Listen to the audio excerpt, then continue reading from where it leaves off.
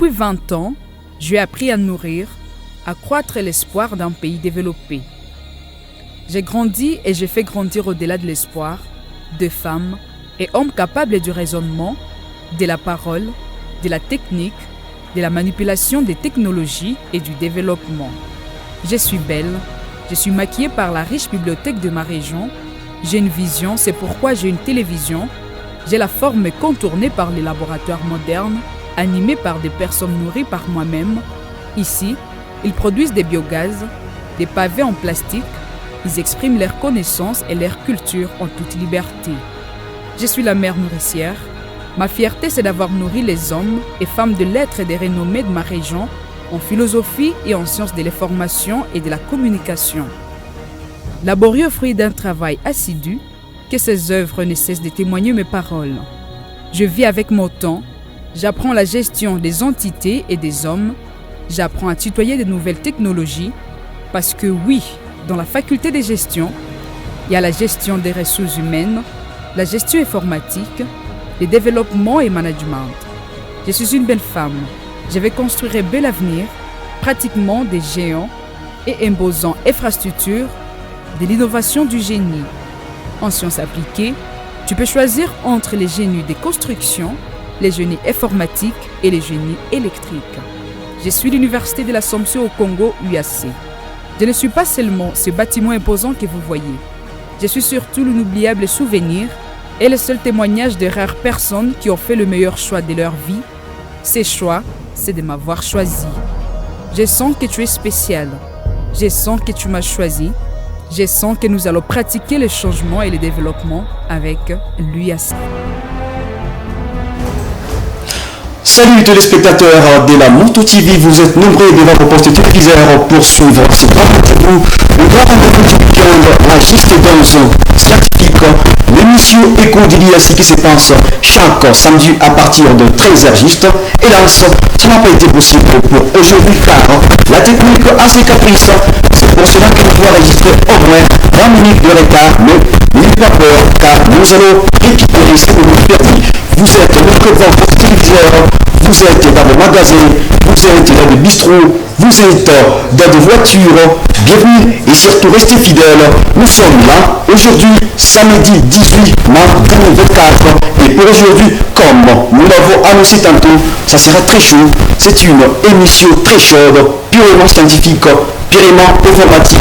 Et sans plus perdre du temps, nous lançons dans la première rubrique de cette grande émission avant d'aborder la deuxième rubrique, d'ailleurs la dernière, qui est la rubrique phare de cette émission, la rubrique débat. Et comme je l'ai annoncé tantôt, dans la deuxième rubrique, soit la rubrique débat, nous allons s'occuper autour de la thématique dans les coulisses de Wikisuite, comprendre les limitations du numérique dans le développement durable et mesurer les enjeux politiques de cette technologie. Voilà la thématique que nous allons développer aujourd'hui, c'est samedi, le week-end.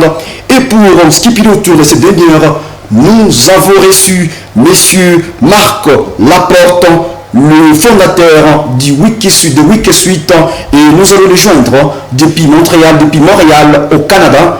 À part lui, nous serons avec M. Barak Akinoa, qui est ici sur notre plateau de la Moto TV. Et avant d'y aller, nous revenons dans la première rubrique.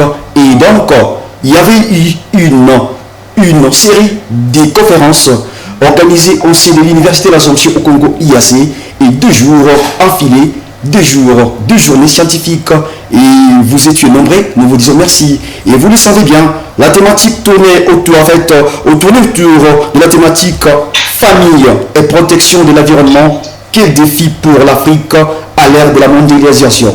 Et je vous laisse suivre en quelques instants le détail de ces 2 journées de conférences avant de se plonger dans la deuxième rubrique.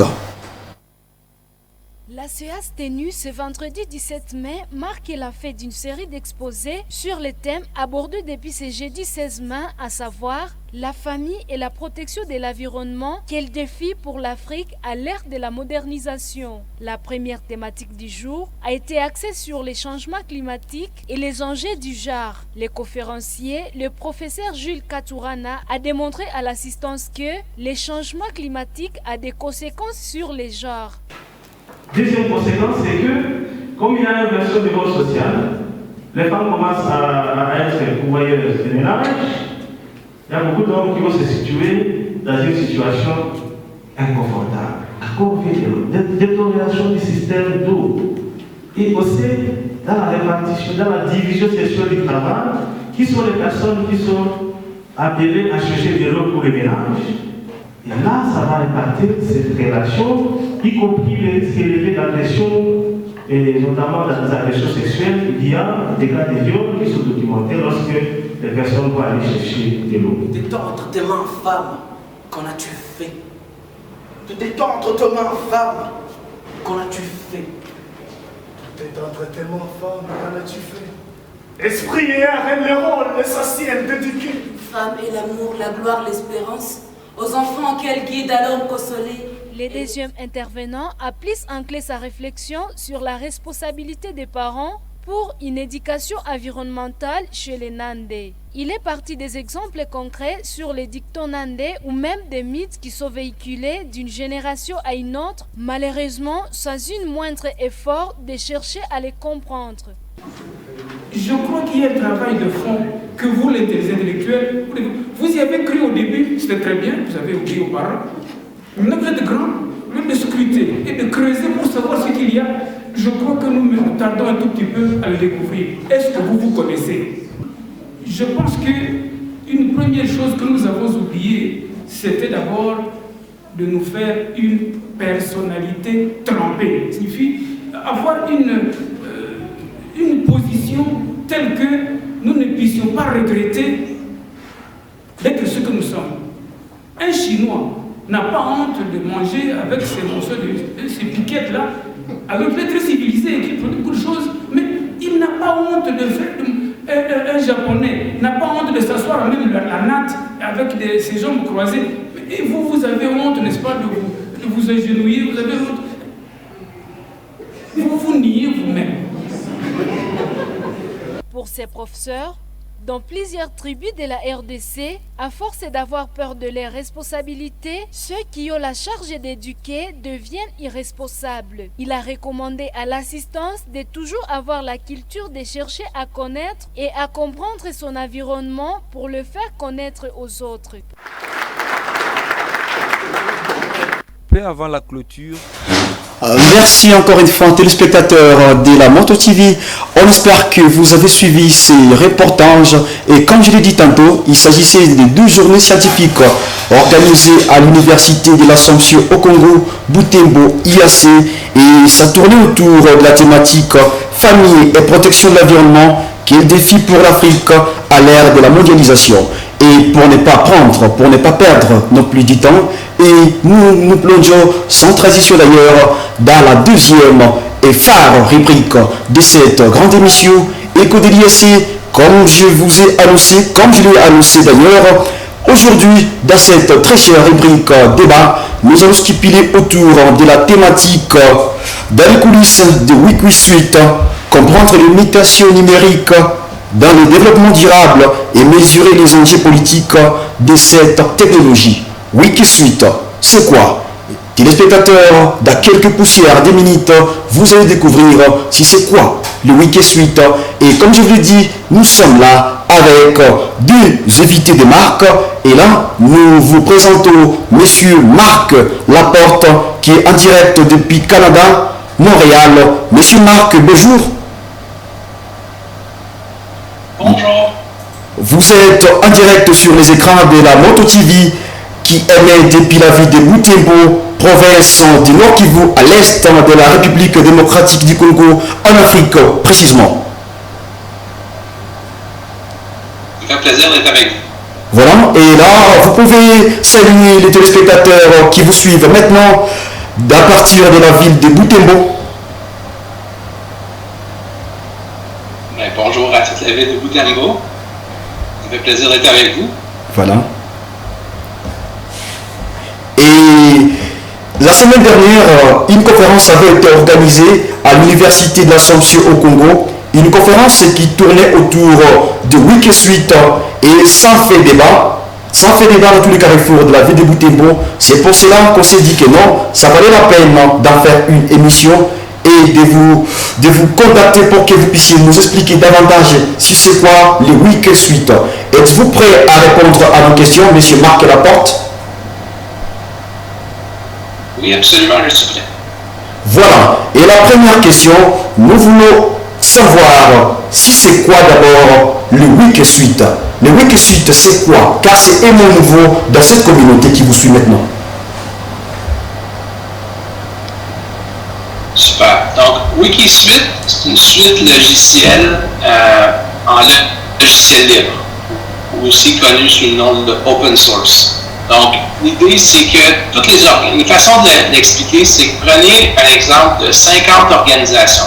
Prenez 50 organisations différentes que vous pourriez connaître. Des entreprises, des trucs gouvernementaux, des organismes sans but lucratif.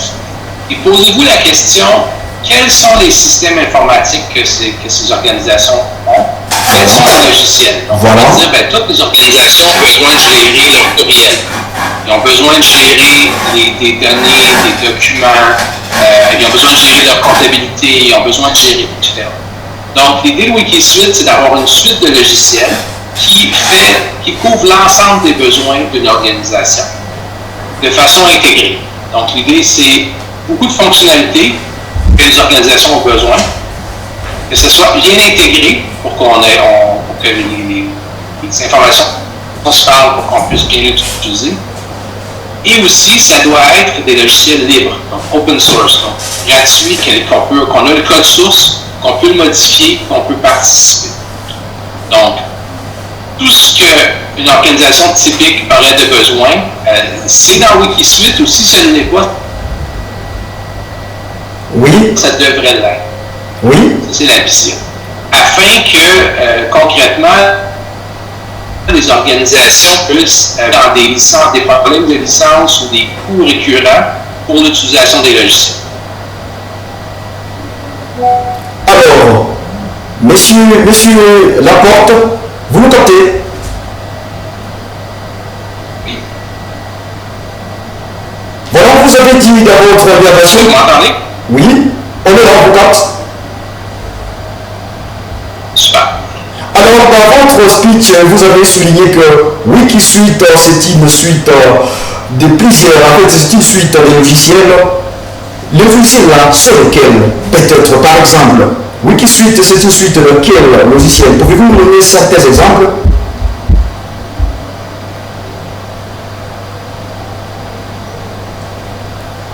Oui. Excusez-moi, ça a coupé. Vous pouvez répéter, s'il vous plaît?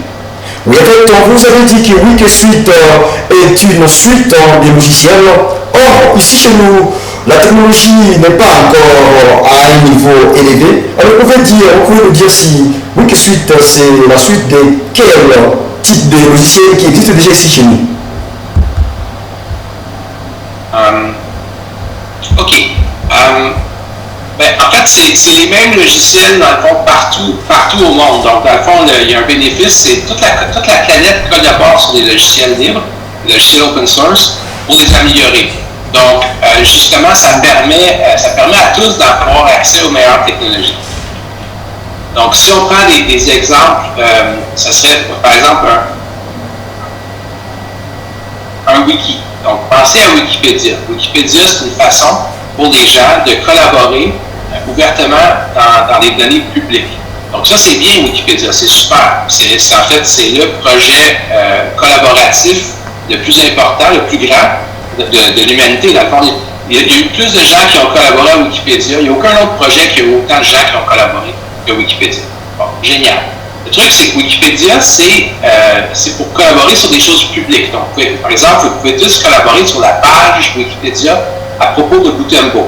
S'il manque d'informations, vous pouvez aller contribuer. Sauf qu'un wiki, on peut vouloir ça aussi certainement pour une organisation à l'interne. Donc, prenons une université. L'université peut vouloir un wiki pour que toute l'information, les connaissances au sujet de l'université soient colligées dans un wiki et travaillées de façon collaborative. Donc, dans Wikisuite, le logiciel qui sert à faire ça s'appelle Tiki. Et c'est un super bon logiciel de wiki qui permet à n'importe qui a les accès de collaborer sur du contenu textuel, mais pas seulement textuel, aussi des diagrammes. Voilà. Merci, messieurs Marc Laporte. Je rappelle que vous êtes en direct de Butembo à la Moto TV, la télévision de la ville de Butembo, et vous êtes suivi par beaucoup de téléspectateurs à l'instant. Et je vous laisse tout petit peu pour prendre messieurs Baraka Kinwa et vos jeunes développeurs et vos leaders là, et à son tour la question est de savoir si, alors qu'il y a déjà une certaine technologie à Butembo, Nord Kivu, voire au Congo, en Afrique. Alors, Wikisuite, quelle est sa valeur? En fait, Wikisuite vient répondre à quel besoin réellement ici chez nous? Merci pour la question. En fait, Wikisuite vient répondre à plusieurs besoins. Un peu comme on a dit, c'est une suite de logiciels intégrés. Donc, il y a des entreprises qui peuvent avoir besoin de logiciels de gestion, de personnel, de logiciels de gestion de leur business. Et ils ont besoin de communiquer par des mails. Tout ça est intégré dans Wikisuite. Donc cet ensemble de logiciels va aider les organisations à faire leurs activités quotidiennes. Donc, Wikisuite travaille déjà depuis des années et c'est seulement peut-être qu'en RDC, on ne consomme pas ça encore trop. Mais nous, on est là comme jeunes développeurs, juniors développeurs sur cette suite de logiciels avec d'autres collègues qui sont à Goma, Lubumbashi et Kinshasa aussi. Ils sont là. Et si les organisations de la République démocratique du Congo se joignent à Wikisuite, ils peuvent l'utiliser librement pour leurs besoins. Et ils vont se sentir satisfaits. Vous avez, pardon, monsieur Baraka Kinwa, dans votre speech, vous avez souligné les mots avantages. Ils peuvent utiliser le logiciel, peut-être pour aboutir à quelque chose. Les avantages peut-être qu'ils peuvent avoir après l'utilisation de ces logiciels. En fait, le premier avantage est que d'abord c'est libre. Donc tout le monde peut l'utiliser. Donc ils peuvent venir sans payer, ils vont utiliser les logiciels donc à leur propre manière. Sauf que chez nous, s'ils ont besoin par exemple de développeurs de chez nous, on va facturer seulement le temps que le développeur va passer avec eux. Mais eux peuvent prendre le logiciel, il est facile à utiliser, ils vont utiliser ça codé, ils ne vont pas apprendre à coder et devenir des développeurs comme nous, ils vont juste utiliser le logiciel et personnaliser à leurs besoins. Et alors, descendons s'il vous plaît, monsieur Baraka, les besoins là, peut-être quels besoins dans une organisation? Oui. Dans l'organisation, il y a plusieurs besoins. Je disais tantôt la gestion des personnels, la gestion des autres ressources que les ressources humaines. Donc il y a vraiment une multitude de données qui circulent dans des entreprises, dans des organisations que Wikisuite peut gérer et que Wikisuite gère déjà dans d'autres pays comme au Canada. Voilà, merci monsieur Baraka. Je rappelle que vous êtes junior développeur Evolidata. Et là, je m'avais posé l'autre question à Marc Laporte qui est en direct depuis Montréal au Canada. Monsieur Marc Laporte, vous êtes toujours là? Oui, tout à fait. Voilà, monsieur Baraka venez de nous parler, de nous dire alors les besoins qui ces logiciels viennent complet. Alors, à votre tour, vous allez nous dire si vous allez nous donner la valeur ajoutée de ces logiciels. Quelle est la valeur ajoutée de ces logiciels par rapport à tous les autres qui existent déjà? Ok, Wikisuite, si on veut trois choses, ensemble, c'est la meilleure solution au monde. Donc, si on veut des logiciels open source, donc libres, et qu'on veut beaucoup de fonctionnalités, et qu'on veut que ça soit intégré, ces trois choses-là ensemble, Wikisuite, c'est la meilleure suite au monde. C'est-à-dire que les autres suites logicielles ont soit moins de fonctionnalités, sont soit moins intégrés, ou ce ne sont pas des logiciels libres. Donc, ce sont des logiciels qu'on appelle des logiciels propriétaires, pour lesquels il faut payer des frais de licence que nous, on pense que les utilisateurs au-delà des coûts de licence, c'est important que les organisations soient libres avec leur logiciel pour qu'ils puissent évoluer. Un logiciel, c'est un outil, dans le fond, qui est créé par les développeurs. Et si on achète un logiciel, dans le fond, on achète un contrat. Et on doit travailler un peu comment le logiciel dicte qu'on va travailler. Donc, c'est apprendre ou à laisser. Tandis que dans un le code source, tout le monde a le code source et tout le monde peut l'améliorer. Et ça, c'est super important parce que ça nous permet d'évoluer selon nos besoins. Au lieu de, supposons, des besoins, des désirs du fournisseur. Prenons un exemple. Souvent, il y a des logiciels qui vont avoir une version gratuite ou relativement économique. Et après ça, il va y avoir des versions plus chères, de plus en plus chères, en fonction de comment eux peuvent faire de l'argent. Donc, ça fait que quand on utilise des logiciels, on peut être un peu prisonnier. Dans le logiciel libre, on utilise le logiciel et il n'y a pas de frais, il n'y a pas de contraintes. On peut en faire des copies, on peut les donner à nos amis, etc. Et il s'agit par contre à nous de participer et de le configurer comme pour que ça réponde à nos besoins. Donc, prenons un exemple concret. Supposons que j'ai 40 personnes qui travaillent dans une équipe et j'ai besoin d'une façon de gérer les 40 personnes. Donc, je vais avoir les pages wiki qui vont me donner la documentation des procédures. On a un outil qui s'appelle les trackers. Donc, les trackers, c'est un générateur de bases de données. Donc, on va avoir une base de données avec la liste des tâches, dans le fond, tout ce que les gens vont travailler dessus pour que tout le monde puisse se coordonner. Si on a deux personnes, peut-être c'est pas si nécessaire, mais imaginez que vous avez 40, 50 personnes qui travaillent ensemble. Vous avez besoin d'une liste de tâches et vous avez besoin d'envoyer des courriels, etc., de recevoir des courriels. Et tout ça, ça va se faire dans Wikisuite. Et donc, ça va être comme le cerveau, dans le fond, la place où les informations sont storées pour le cerveau collectif. Alors, merci pour cette réponse, monsieur Marc Laporte.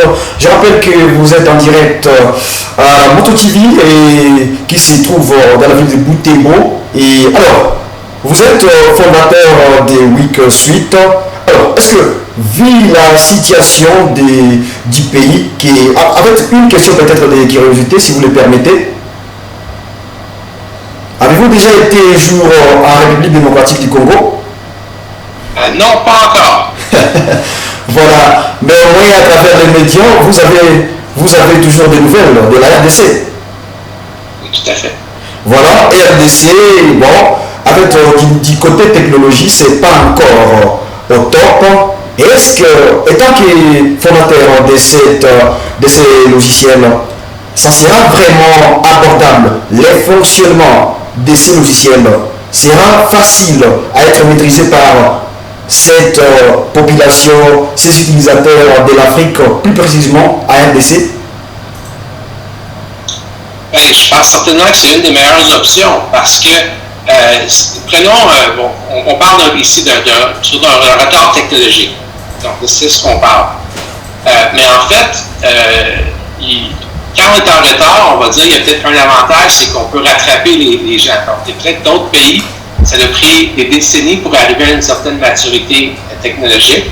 Mais la RDC le fait nécessairement dans une période plus courte. Parce que si on prend les choses comme Wikisuite, les logiciels open source, c'est les mêmes logiciels partout sur la planète. Donc, vous avez accès à la même technologie. Tout le monde a accès à la même technologie. La question, c'est quel est le niveau d'adoption? Voilà, c'est tout ça. Et là, ben, c'est les utilisateurs qui doivent, les entreprises, les organisations, les utilisateurs qui doivent, eux, décider d'adopter les technologies.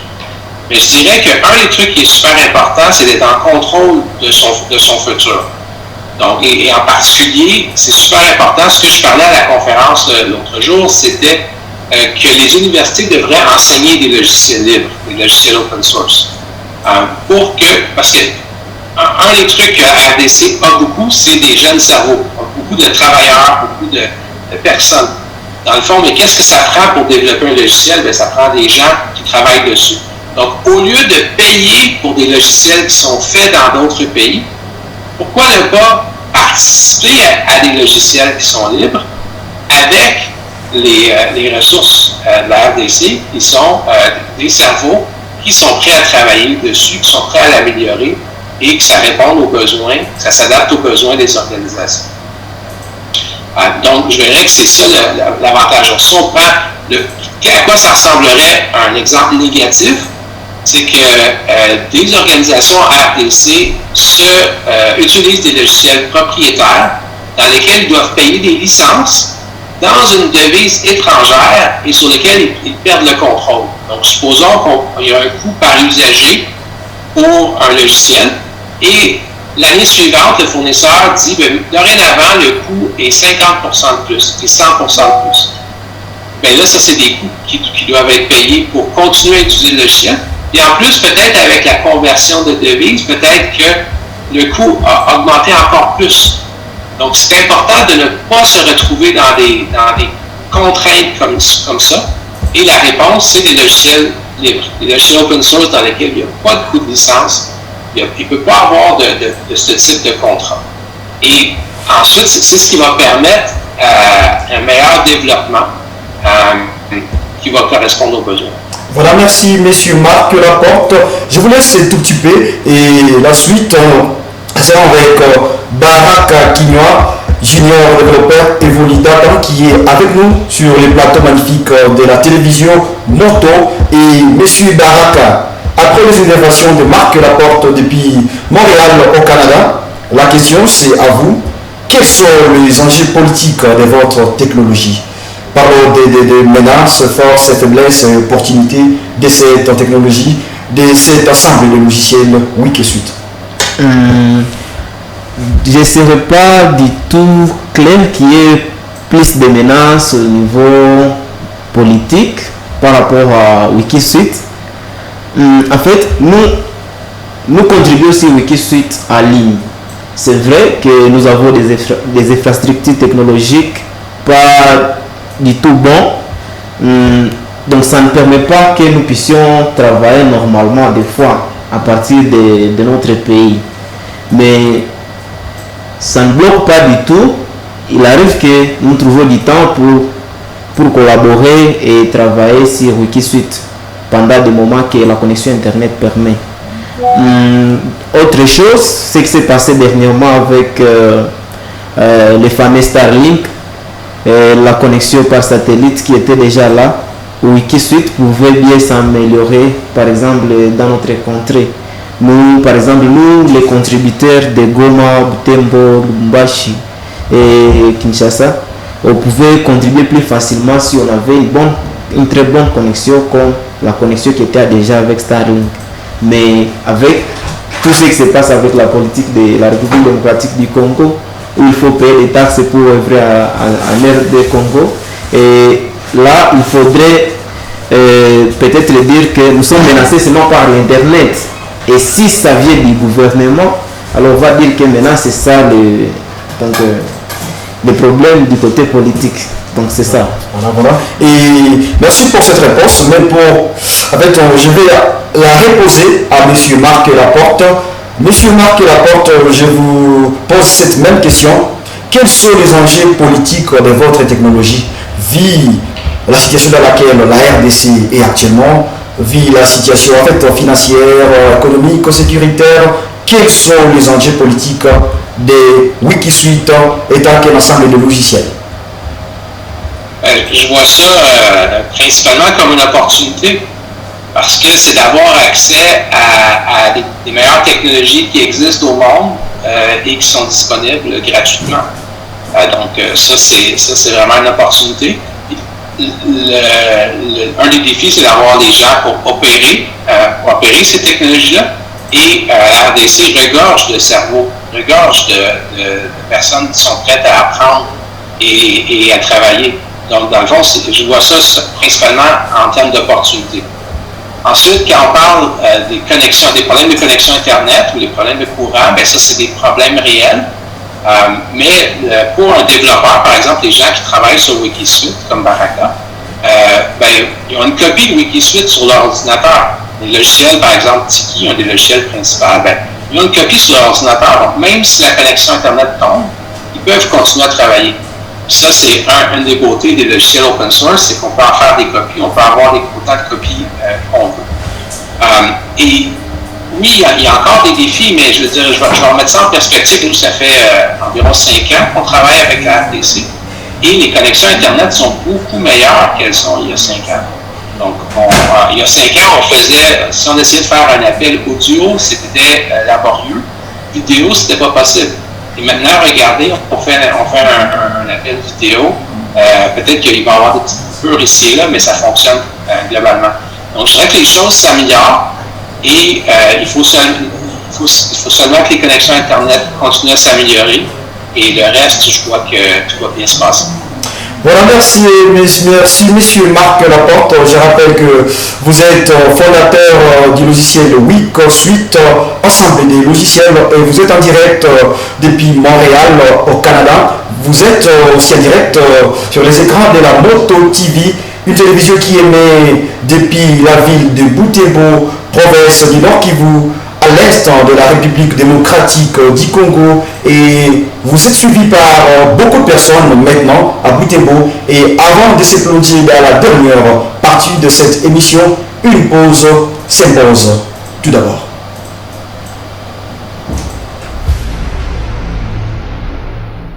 Depuis 20 ans, j'ai appris à nourrir, à croître l'espoir d'un pays développé. J'ai grandi et j'ai fait grandir au-delà de l'espoir de femmes et hommes capables du raisonnement, de la parole, de la technique, de la manipulation des technologies et du développement.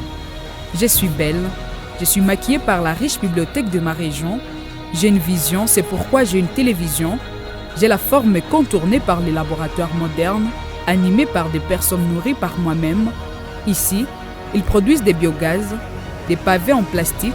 Ils expriment leurs connaissances et leur culture en toute liberté. Je suis la mère nourricière. Ma fierté, c'est d'avoir nourri les hommes et femmes de lettres et des renommées de ma région en philosophie et en sciences de l'information et de la communication. Laborieux fruit d'un travail assidu, que ces œuvres ne cessent de témoigner mes paroles.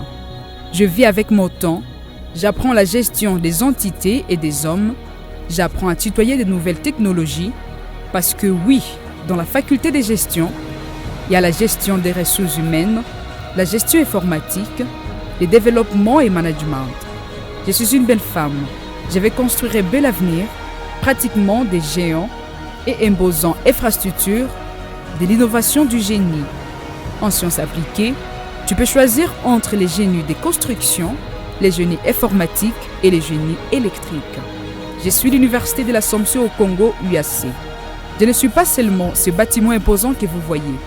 Je suis surtout l'inoubliable souvenir et le seul témoignage de rares personnes qui ont fait le meilleur choix de leur vie. Ces choix, c'est de m'avoir choisi.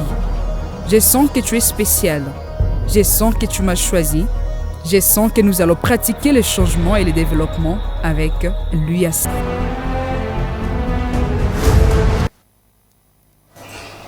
Voilà, merci téléspectateurs de la Moto TV, vous êtes nombreux car le feedback est vraiment au top. Nous sommes en train de voir vos messages, vos appels, mais hélas, ça ne sera pas vraiment possible de vous recevoir en direct car c'est une émission très surchargée. Mais parmi les questions que vous avez posées, nous allons récupérer certaines des questions que vous avez posées. Et là, je vais récupérer la première question qui a été posée, et c'est celle de savoir si la mention qui est sur nos t-shirts et la mention qui était même dans notre texte, en fait, Evoli Data, c'est quoi? Vous avez posé cette question et ça va trouver une réponse dans quelques instants. Et je préfère ainsi que monsieur Marc Laporte, qui est en direct depuis Montréal au Canada, puisse répondre. Evoli Data, c'est quoi aussi? Super. Donc, Evoli Data, c'est une entreprise privée qui m'appartient, qui offre des services d'informatique aux entreprises, aux organisations, etc. Donc, la différence, WikiSuite, c'est libre et ouvert et communautaire. Tout le monde peut participer. Et pour Evoli Data, ben ça, c'est des gens qui veulent payer, qui veulent être des clients. Donc, l'exemple, c'est, prenons une grande organisation qui utilise WikiSuite ou qui veut utiliser WikiSuite. Elle va dire, OK, c'est génial, ça fonctionne bien, on ne paye pas de frais de licence, on a la liberté, on a l'autonomie, mais on n'a pas assez d'expertise à l'interne, on n'a pas assez d'informaticiens, on n'a pas assez de gens pour gérer le système. On voudrait engager des gens pour nous aider. Ils peuvent aller voir Wikisuite, aller voir Evoludata pour faire un contrat de service. Et prenons un exemple, ça peut être Wikisuite, supposons qu'il manque une fonctionnalité dans Wikisuite. N'importe qui sur la planète peut contribuer à cette fonctionnalité-là. Sauf que ça ne veut pas dire que tout le monde a le temps ou a les compétences pour faire ça. À ce moment-là, elles peuvent engager Evoludata pour le faire. Mais elles ne sont pas obligées. Elles peuvent le faire, mais elles peuvent engager d'autres entreprises ou même le faire à l'interne. Et c'est ce qui explique pourquoi Evoludata a besoin de développeurs, parce qu'on doit répondre aux besoins des clients. Et c'est pour ça qu'on engage, entre autres, à Butembo avec Baraka et son équipe. Alors, peut-être, les jeunes, ils sont aussi courageux, d'ailleurs, bosseurs qui bossent très bien. Qu'est-ce qu'ils peuvent faire pour qu'ils, peut-être, ils puissent aussi faire quelque chose de très grand en matière informatique, peut-être devenir aussi, en fait, faire partie de cette grande famille Evoludata? Bonne question. Le premier truc, pour faire partie de Wikisuite, tout le monde peut faire partie de Wikisuite. Donc ça, c'est ouvert. Pour faire partie d'Evoludata, à ce moment-là, il faut faire l'application. Donc, il faut contacter un membre d'équipe et dire « je suis intéressé ». Aussi, les compétences qu'on cherche, c'est des développeurs logiciels. Donc, c'est vraiment ça le besoin qu'on a. Et donc, c'est d'avoir un certain niveau en développement logiciel. À ce moment-là, quand vous nous rencontrez, on vous fait passer des tests pour valider le niveau de compétence. Et après, quand ceux qui passent les tests sont ensuite invités en entrevue. Et c'est comme ça qu'on fait notre processus de recrutement. Voilà, merci M. Marc Laporte. Je rappelle, je signale d'ailleurs que nous sommes en train d'aller vers le soir de cette émission. Et deux questions. Une sera posée à Baraka Kignoa qui est sur notre plateau et l'autre sera posée à vous. Et M. Baraka, vous qui êtes présent sur le plateau et présent d'ailleurs à Butembo, quels conseils pouvez-vous donner aux jeunes informaticiens? Oui, les conseils que je peux donner aux jeunes informaticiens, c'est de travailler dur. S'ils ont besoin de rejoindre l'équipe, nous sommes là. Comme Marc l'a dit, il y a des applications qu'il faut faire pour faire partie de la famille. Parce que dans cette famille, nous contribuons à l'évolution de Wikisuite. Et puis, nous répondons aussi aux besoins de certains clients qui ont besoin d'aide sur les logiciels Wikisuite qu'ils utilisent dans leurs entreprises. Et une fois ils seront recrutés, ils vont commencer à faire leur vie, donc à gagner un peu de sous, donc pour subvenir à leurs besoins.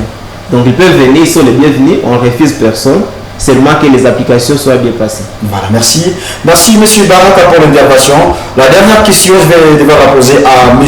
Marc Laporte. M. Marc, nous sommes à RDC, la République démocratique du Congo, à l'est surtout, plus précisément au nord Kivu, là qui se passe beaucoup de catastrophes, beaucoup de guerres, beaucoup de quoi. Et les jeunes sont à mauvaise position, mais ils savent quand même faire quelque chose.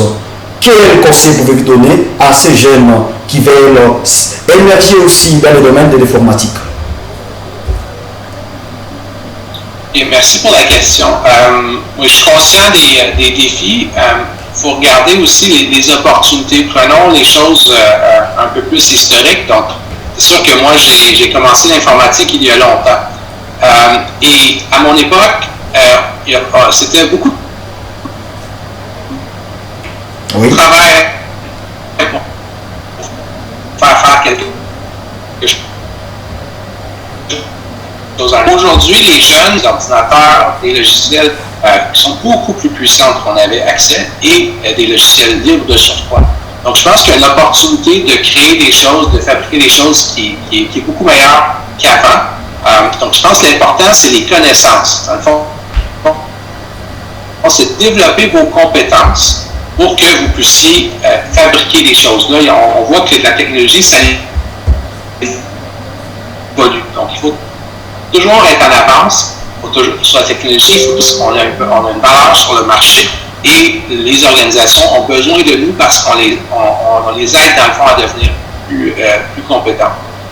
Pour vous donner un peu une idée de notre plan concret, nous on compte recruter 10 à 12 développeurs à Butembo au cours des 12 à 18 prochains mois. C'est ce qu'on envisage. Donc, ce qu'on veut, dans le fond, c'est de trouver les meilleurs 10 à 12 développeurs qu'on peut trouver. Et bon, espérons que ce sera encore plus si l'entreprise grandit encore plus grâce aux compétences. Ceci dit, ça, c'est ce que nous, on va engager. Mais Wikisuite, c'est disponible. Donc, n'importe qui peut utiliser Wikisuite pour démarrer sa propre entreprise. Il y a d'autres entreprises qui peuvent utiliser Wikisuite ou d'autres logiciels. Voilà, merci Monsieur Marc Laporte. Et c'est en fait sur votre intervention que nous concluons cette émission Écho de l'UAC. Une émission qui se passe chaque samedi à partir de 13h juste sur les antennes de la Moto TV qui émet à partir de la ville de Butembo. Et nous vous avons ici à partir de Montréal au Canada. Une salutation aux Congolais et aux Bibolos qui vous suivent à par instant. Ben, merci tout le monde, ça me fait plaisir d'échanger avec vous. Malheureusement, c'est pas en personne, mais au moins grâce à la technologie. Donc, voilà, on espère que vous serez là à la prochaine. Nos parents, nos grands-parents n'auraient pas pu facilement collaborer ensemble. Voilà. Parce que maintenant, l'équipe d'Evoludata, par exemple, travaille avec toute l'équipe facilement. Voilà, merci M. Marc Laporte. Téléspectateurs, à part M. Marc Laporte, le fondateur de Wikisuite que nous avons reçu depuis Montréal au Canada, il y a eu aussi M. Baraka Kinwa, junior développeur et Evoludata. M. Baraka, une salutation à ce public qui vous suivait. Oui, donc je salue particulièrement l'équipe des développeurs Evoludata en RDC et surtout l'équipe qui m'a coaché beaucoup qui est à Goma, l'équipe qui est à Lubumbashi avec laquelle je collabore aussi, mais aussi à Kinshasa. Donc mes salutations les plus sincères. Voilà, merci téléspectateurs, et c'est par là que nous bouclons complètement cette grande émission, cette grande messe du week-end Écho de l'UAC qui a été très riche. Monsieur Marc a été avec nous à partir de Montréal au Canada, mais aussi Monsieur Baraka qui était en direct du plateau de la Moto TV. Et téléspectateurs, nous sommes très contents, ravis et nous vous fixons vraiment et prochain rendez-vous tout en vous souhaitant un excellent week-end. Monsieur Nzanzu Silent, notre coordonnateur, Christian, réalisateur, nous vous sommes très reconnaissants. Téléspectateurs, quant à vous, excellent week-end.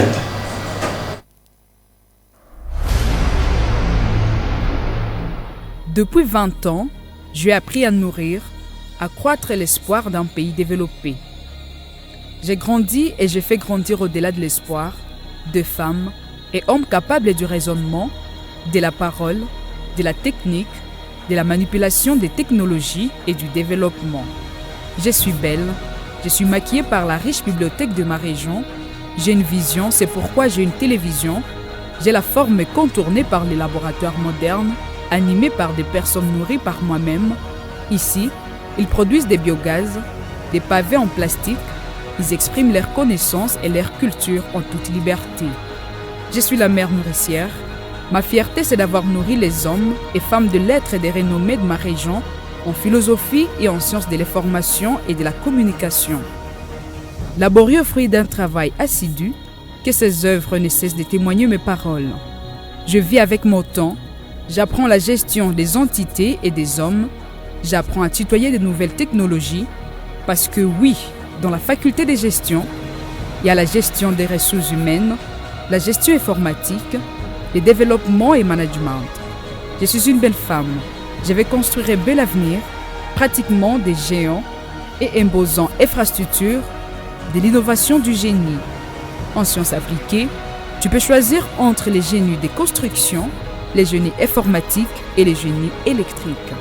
Je suis l'Université de l'Assomption au Congo, UAC. Je ne suis pas seulement ce bâtiment imposant que vous voyez. Je suis surtout l'inoubliable souvenir et le seul témoignage de rares personnes qui ont fait le meilleur choix de leur vie. Ces choix, c'est de m'avoir choisi. Je sens que tu es